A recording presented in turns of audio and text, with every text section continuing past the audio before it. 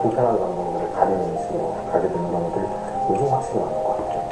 그러니까 우리가 어떻게 보면 이제 표면으로 드러나는 문제들을 가지고서 이야기가 이제 많잖아요. 뭐 예를 들어 뭐 술을 많이 마신다, 게임을 많이 한다. 근데 이제 그 근원에는 뭐 무기력감이라는 것들을 작용하고 뿌리를 찾아 내려가는 무력감이라는 가장 고통스러운 감정이 존재할 수 있겠다. 그러니까 요즘 이제 ADHD인 것 같다고 오신 많은 분들이 들어보면은 하나 진득할 못하고 계속 읽어야 되고 읽어야 되고 뭐 그 다음에 집중도 잘 안 되고 시작이 잘 안 되고 이러면서 이거 찾아보니까 ADHD 증상이라고 하던데 이렇게 얘기를 하시거든요. 근데 물어보면 어릴 때는 안 그랬대요. 이런 경우가 굉장히 많아요. 근데 지금 딱 얘기해 주신 게 무력감에 대한 디펜스 그렇죠. 그리고 그거를 이제 게으름에서 사람들이 많이 찾았다면 이제는 또 이거 ADHD 아니야? 새로운 문장 그런 식으로 실제 ADHD도 분명히 있겠지만 다른 사람들도 이게 자꾸 위장되게 바뀌어있죠. 네, 뭐 아마 지금 보시는 분들 저 구독자분들 진짜 많이 궁금할 것 같아요. 그럼 나 역시도 무기력감 그리고 무력감을 쓸 수 있겠구나. 그럼 또 어떻게 해결해야 되냐, 어떻게 자수해야 되냐라는 포인트가 지금 다들 제일 궁금하실 것 같거든요. 어떻게 해야 될까요? 크게 보면은 직시하는 것과 안전해지는 것 두 가지가 중요한 축인데 이 두 개가 사실은 연결되어 있거든요. 한 가지 사례를 말씀을 드리면 어떤 수험생이 있는데 공무원 시험을 여러 차례 떨어졌어요. 그래서 어느 날 막고대교를 지나가면서 진짜 단단히 결심한 거예요. 이번에 떨어지면은 죽겠다, 뛰어내리겠다. 그 진심으로 정말 각오를 했어요. 그랬더니 이제 공부가 된다고 읽으니까 좀 자존감의 상처를 입으면서 나태했던 자신을 이제 반성하고 단단히 이번 기회는 정말 하겠다라고 이제 의지를 불태웠어요. 근데 어느 날 갑자기 공부가 너무 힘든 거예요. 하기가. 학원 가는 것도 안 되고 독서실 가는 것도 안 되고 일어날 수가 없고 거기서는 일어나고 그러니까 굉장한 저항이 일어난 건데 이제 이 사람 마음에서는 잠깐 죽을 수도 있잖아. 이거를 알아차린 거야. 그러니까 난 죽기 싫어. 죽으면 안 돼. 이걸 피해야 돼 라고 하는 그 상황과 그 다음에 아니야 이거 난 살기 위해서 공부해야 돼. 이 상황이 둘 다 이제 죽음에 다 무력감에 빠진 거죠. 진짜 결연하니까 의지가 진짜 결연하니까 반대로 이거 이러다 진짜 죽을 수도 있겠냐를 무력감을 생명체로서의 본인은 이 말도 따라가다 얘가 죽을 수도 있잖아. 왜냐면 시험을 반드시 합격한다 이런 건 세상에 존재하지 않아요. 열심히도 떨어질 수도 있고 근데 이번 떨어지면 반드시 죽겠다라고 하면 내 몸은 얘를 살리려면 이거를 좀 피하는 게 낫겠는데 이렇게 얘는 지금 본인의 안전을 부여시하고 있기 때문에 이거를 얘를 살리려면 나밖에 없다. 내가 이거 차단을 해야 되겠다. 이런 식으로 반대 방향으로 가는 거죠. 이게 일종의 무력감. 그래서 이 사람은 이제 시험을 안 봤어요. 시험을 들어간다고 얘기하고 안 보고 그때부터 이제 좀 의지안이 됐죠. 계속 게임하고 술을 마시거나 뭔가 어떤 중독적인 행동들을 하면서 하는 생각이 근데 이제 죽는 그만이지 이렇게 생각하는 거예요.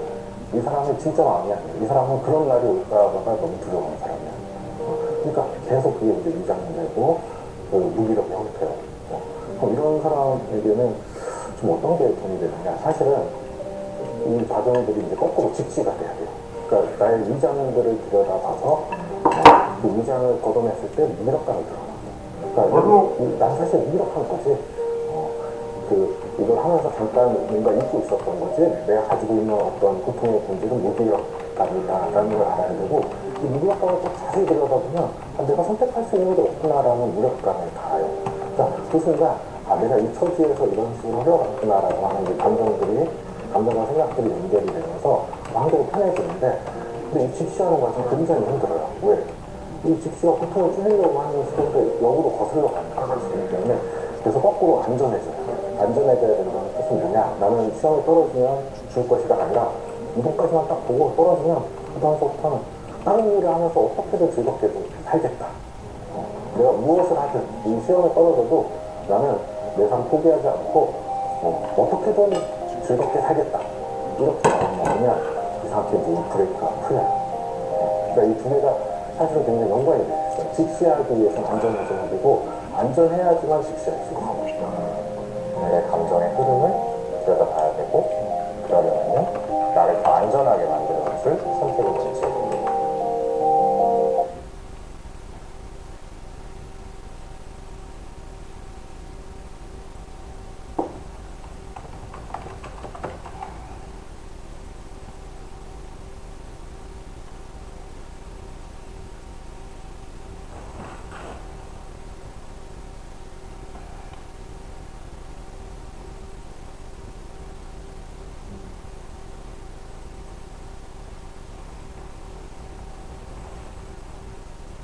Hello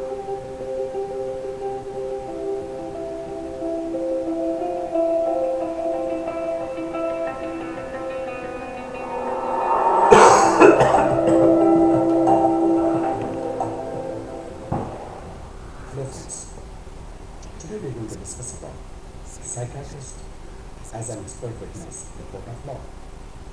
I am Dr. Suresh Badamut, Professor of Psychiatry, working at National Institute of Mental Health and Neurosciences, Bangalore.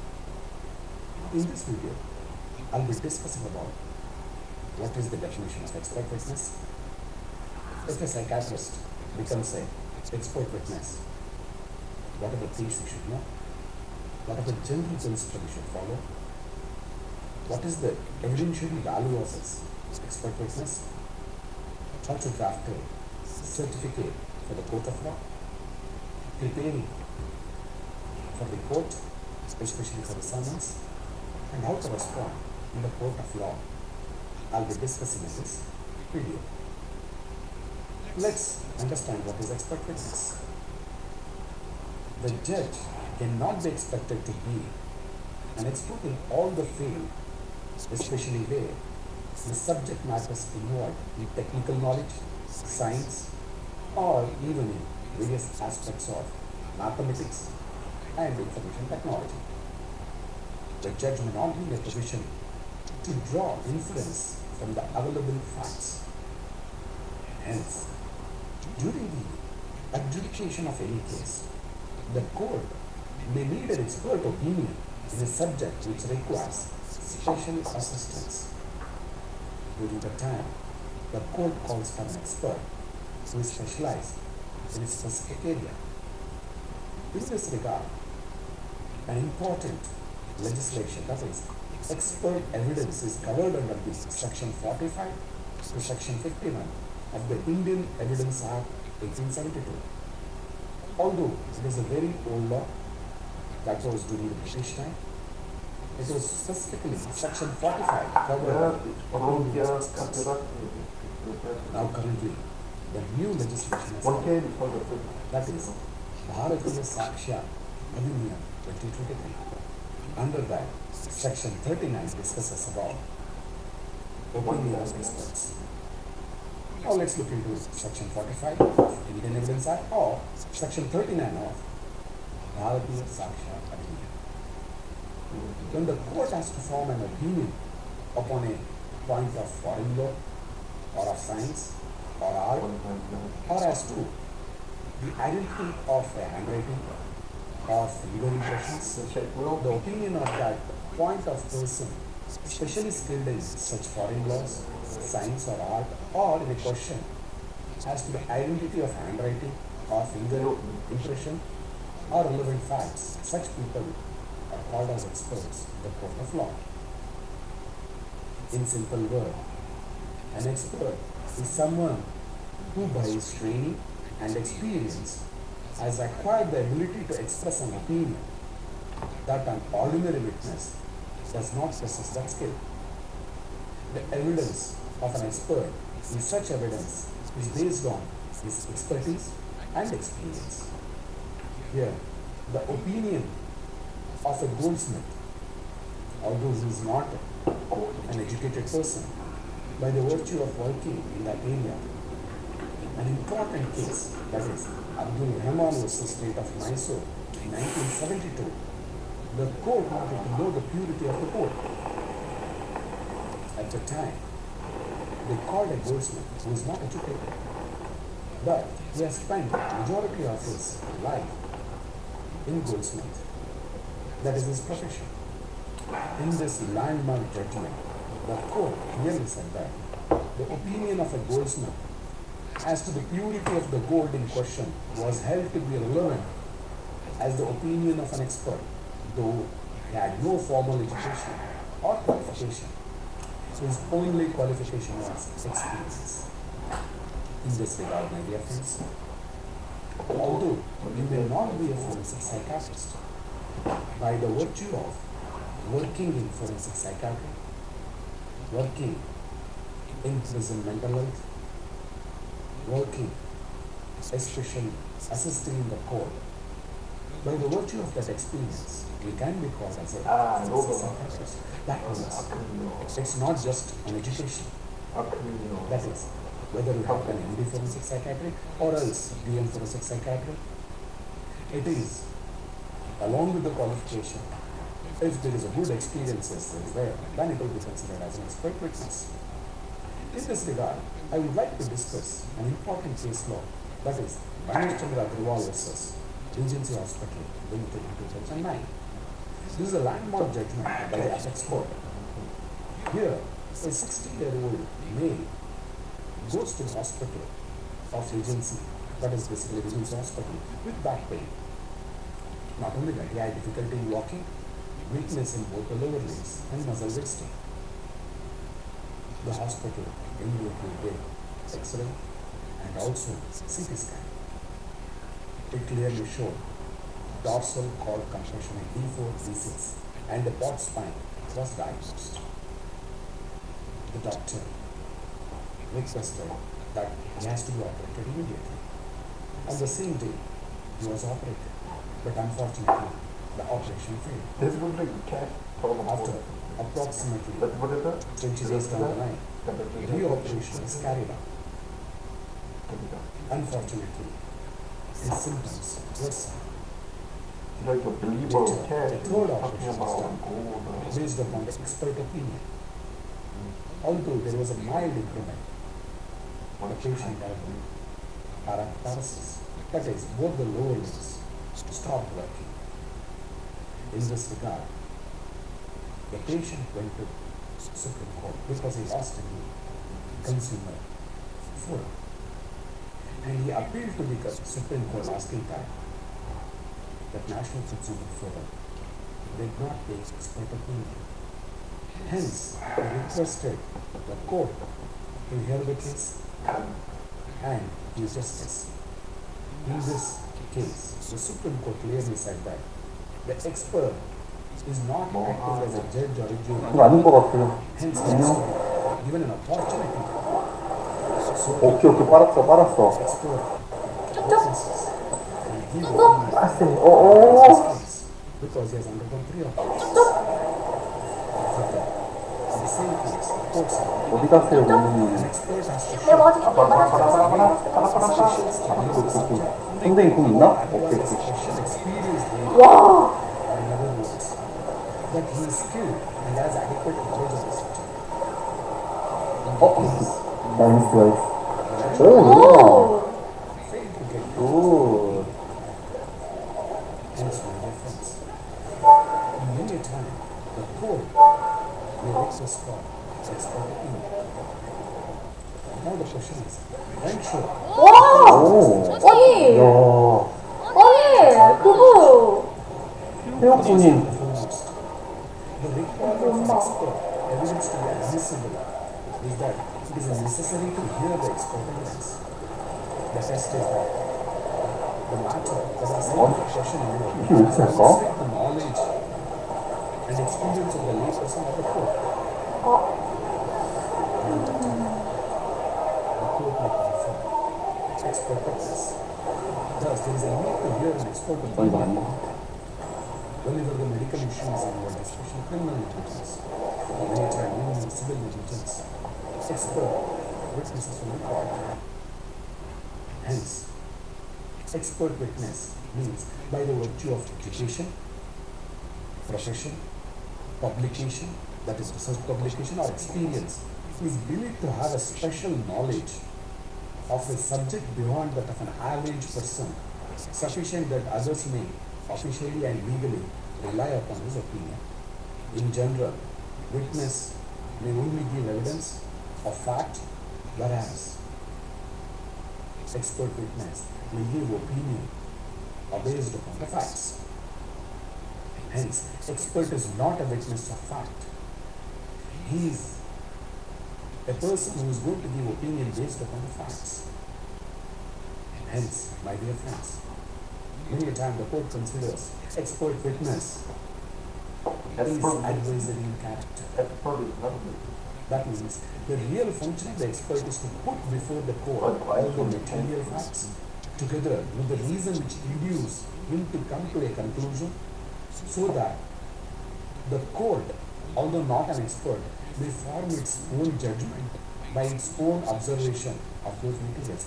That means the expert witness will explain the facts and how a certain issue has occurred and how to draw inference. And in this process, the judge, that is the court, will come to its own inference based upon the facts and logical explanation given by the expert witness.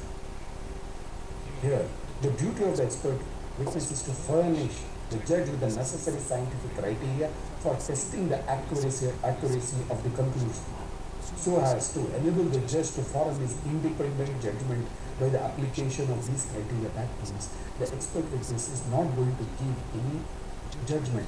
Here he is helping the court based upon his experience, education, logical explanation, based upon the facts available.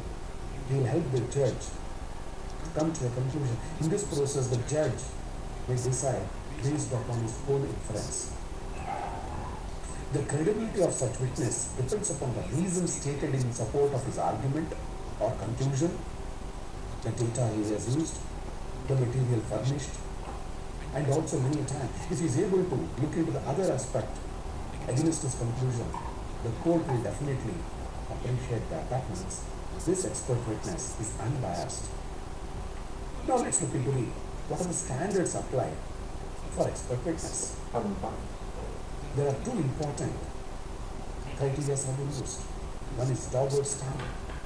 This is used by a judge to make a preliminary assessment of whether an expert's testimony is based on reasoning or methodology that is scientifically valid, peer-reviewed, published, accepted in scientific community, and can adequately be applied to the fact of an issue in the court of law. This is the important standard which arose in a US court. There are two important criteria. One is Fly criteria and the other one is Daubert criteria. Fly criteria is a very old one. In this, in simple words, it is based upon if the evidence is allowed into the courtroom, if it is generally accepted by the scientific community.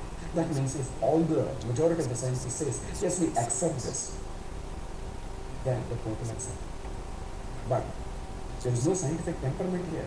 It is based upon the peer review, most probably.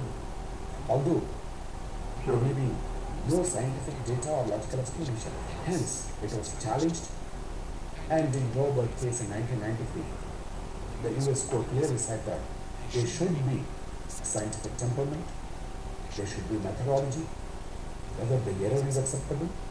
That means it is completely scientific in nature. Now, let's understand how this Daubert standard came into picture. This is based upon a case called Daubert versus Merrill Joe Pharmaceuticals in 1993. In this, the standard came into picture. Scientific temperament, there should be methodology, whether the error is acceptable. That means it is completely scientific in nature. Now, let's understand how this Daubert standard came into picture. This is based upon a case called as Daubert versus Merrill Joe Pharmaceuticals in 1993. In this case, the question was whether or not Merrill Joe Pharmaceuticals would damage to children born with birth defects, allegedly because of the mothers have been taking a drug called as Benedictine during pregnancy for nausea. That means if the children had developed some congenital anomalies because the mothers had taken Benedictine, a tablet for their nausea during pregnancy, should this Joe Pharmaceutical should be sued or not was the question. In this case, there was no data was available, but the parents and the children approached the court. During this case, the court came into very important conclusion, and they formed it as a Daubert standards. And they said that when you want to consider as an expert opinion, there should be a methodology scientifically approved to be arrived, used to arrive at an opinion. That means you need to have a good scientific methodology. And that technology, if we are using something, has to be subjected to peer review and publication. Further, there should be a logical explanation, reliability, sensitivity, and specificity. Further, whether there are any possible errors, merits of the scientific methodology should be available in the public domain. Finally, the universal acceptance of standard across the scientific community should be considered. Based on that, Tauber standard has been considered as a gold standard for expert witness. There was a case even in India when a lie detection test was questioned. Unfortunately, the publications were very minimal. Only there were chapters written, and the company started selling those instruments in the name of lie detection. And invariably government standards, there was complete fallacy in that lie detection. Brian Grazer. Now let's look into the expert evidence. What should be the characteristics? The first and the fastest is expert's educational background. Does he have Brian a Grazer. good educational background with the issue in the court of law? Does he know about it? Does he know what is the scientific issue involved? Whether he is qualified in that area? Whether he had any publication? How many years of experience? Plays a crucial role, and what he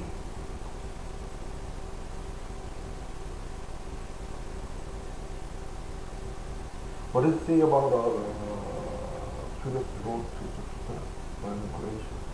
Thank you. And Brian Grazer produces. Fraser talks about his eclectic career. Got no curiosity, dude. A producer, producer is supposed to generate an idea for a movie, Yeah. and then they're supposed to create the team, the group of people that are going to make this movie. And within that team, the producer has to have a creative vision and a fiscal vision, and they have to adhere to both things. That's the most coherent answer I've ever heard. Physical vision. Thank you. And Brian Grazer produces. Grazer has made movies about astronauts trapped in space, Houston, we have a problem. geniuses with troubled minds, Demons, omens, codes, and scholars who crack ancient codes. The films he's made have won Oscars, dazzled audiences, and earned more than $13 billion. He's produced television shows, including 24, Arrested Development, 24. and this year's breakout hit, Empire.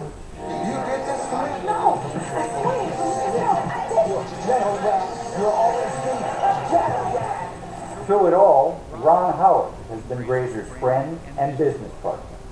It is kind of an odd couple relationship in a way. Let's go to the A relationship that's outlasted most Hollywood marriages, including all three with Grazer. It's probably because we've never really taken it for granted. We've never said this is it for all time. They met in the early 1980s. Grazer was an aspiring producer, Howard a sitcom icon who wanted to direct. We made 2 movies in a row, Night Shift and Splash, that were Brian's ideas, that were creatively, fun, exciting, they were successful. What's your name? It's hard to say in English. How many no's did Splash get? Splash got 700-800 notes. My name is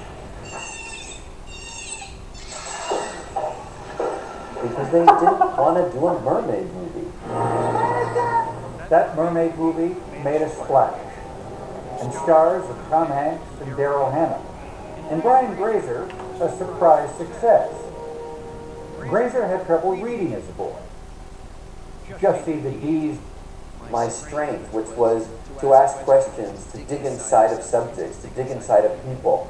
She told me that that would have a great value in my life, and it did.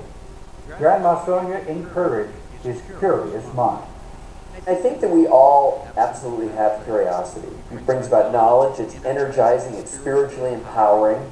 It makes us more interesting as people. Which is why for 30 years now, Brian Grazer has written notes to famous strangers to ask them to have what he calls a curiosity conversation. He's talked to scientists, politicians, artists, and entrepreneurs, Jonas Salk, Oprah Winfrey, Steve Jobs, and Henry Kissinger. His new book, A Curious Mind, published by CBS's Simon & Schuster, is less about the famous films he's made than conversations he's solved. Why did you write this book and not a memoir? I think writing a memoir in some way suggests that you figured out life. And I definitely didn't figure out life, but I thought the process of curiosity was really worth writing about. These conversations Grazer arranges can't be scripted like a movie. I remember I used to ask Andy Warhol, why are you painting Campbell soup cans? Do they look beautiful to you? He goes, I like them. Never answered any question. Dr. Edward Teller agreed to talk to him, even though the father of the hydrogen bomb told him he hadn't seen a movie since Dumbo. Were you ever intimidated by anybody that you had one of these conversations with? That's a good question. I've been intimidated, yes. I've been intimidated by... The first thing that comes to mind is George W. Bush. I was a little intimidated. Not every conversation has a Hollywood ending. Grazer flew across the country to talk to Isaac Asimov, the science fiction writer, and his wife. They ordered 2 ginger ales, and by the time the ginger ales hit their lips, they were saying, we're leaving. I go, how could you leave? Well, we could see you do not know enough about robotics or the subjects that live inside science fiction. Were they right? I thought they were right. I don't think I knew enough about his work. In 2001, Grazer and a few friends visited Cuba and had a conversation with Fidel Castro. He just speaks kind of non-stop without a breath. But when he did take his first breath, after about 3.5 hours, he did say, how do you do your hair? Over the years, Grazer's electroshock of hair has become, like Castro's cigar, a personal signature. So we were curious, why the hair? Oh, well, why the hair? About 18 years ago, I jumped out of a swimming pool with my daughter, and I popped my hair up, and my daughter goes, oh my God, that's so cool. I don't know what I would be. I wouldn't even know who I would be if I didn't do my hair like this. What he learns from his conversations may wind up in a film, but not directly. Grazer talked to Jim Lovell, the commander of Apollo 13, but it was his conversation with a Chilean activist named Veronica de Negre, who had been tortured, that made the story of survival in space come alive. We all knew before seeing that movie that they make it back, but it's how they make it back.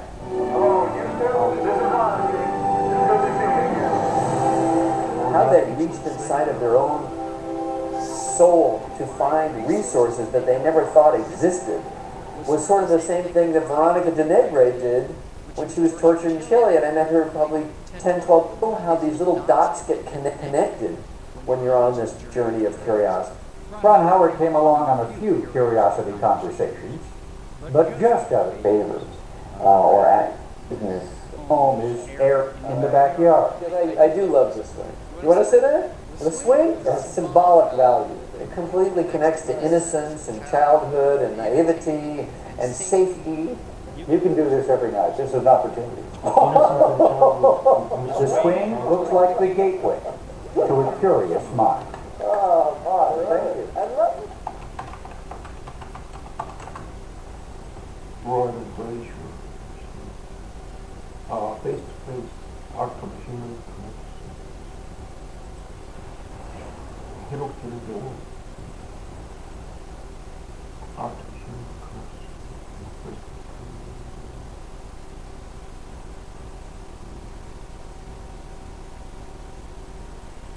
Now we need to. Yeah, I got one more. So if you're in an elevator, you ask me a question. What are the metrics? I might go like this. Hey, how's your day? And I do look at everybody in the elevator. You know, just with friendly eyes. This is an elevator speech or elevator speech where you give a 10-minute presentation to like the officers or the people in the company, and then you rise up in position. That's it. You can't stare at people. That's an assault. This is your second book, and it's called Face to Face: The Art of Human Connection. What inspired you to write this particular book? I've spent 35 years using the engine of curiosity to have these curiosity conversations that then became synthesized in my first book, where I'd meet anyone that was unrelated to the business that I do for a living, in the media business. Each week I'd go out and have a new meeting with one of these people, and we'd talk to each other. I later realized that none of those conversations would have worked. I wouldn't have had trust enough with the person unless I looked them in the eyes. By looking somebody in the eyes, it's a one-step process to create a bridge into their soul. Early in your partnership with Ron Howard, your partner at Imagine, he was the one who pointed out that at meetings you weren't making eye contact. Yeah, because I wasn't. The earliest part of my life in elementary school, I was at that point acutely dyslexic. So I didn't look at anyone in the eyes because it was in fear that I'd be asked a question that I was unable to answer because I couldn't read. I realized it in school. That if I look at people and talk to them, I could learn a lot. I could really expand my emotional and intellectual world. But I was imperfect at it. I met Oprah in a curiosity conversation. She became central in my life in terms of getting divorced, actually. How did she help with your divorce? I'm just curious. She said, betrayal is almost impossible to get over. And I thought, wow, that's a fact. Would you say she's the best eye contact communicator you've ever interacted with? Yes. And she's soulful. Touches you. Now let's talk about a different case study. Okay. Eminem. Okay. So you were interested in creating some sort of hip hop movie. Why don't you tell the story? How you met Eminem? Well, but he was in my office and he wouldn't look at me. He would be there like where you're sitting, but just looking. But he was in my interested in talking to me. Eminem, right? Life is no Nintendo game. Life is no Nintendo game. Life is no Nintendo game. I just remember that. But he was in my office, but wouldn't look at me. He would be there like where you're sitting, but just looking out the window. Then he eventually, after like 25 really silent and awkward moments, he said, "I'm out." And so as his hand was on the door to leave, I said, "Oh, come on, you can animate." And he looked at me like he was mad at me. It scared me. But he came back and he came alive. He just opened up to growing up as, white trash trailer park and just that journey and then doing battles. And he did everything. He's an incredibly thoughtful, perfectionistic, very responsible person. So I was just in admiration of everything. You're apparently shy. And unnecessary. Do that. You can just do it through social media and say break up. That have great value to your job or to a relationship. You're just studying the nuance of someone's geography. You're able to touch somebody's, touching a truth, the most valuable. Or if you touch somebody's soul, you're touching a truth. And truths are the most valuable commodity right now.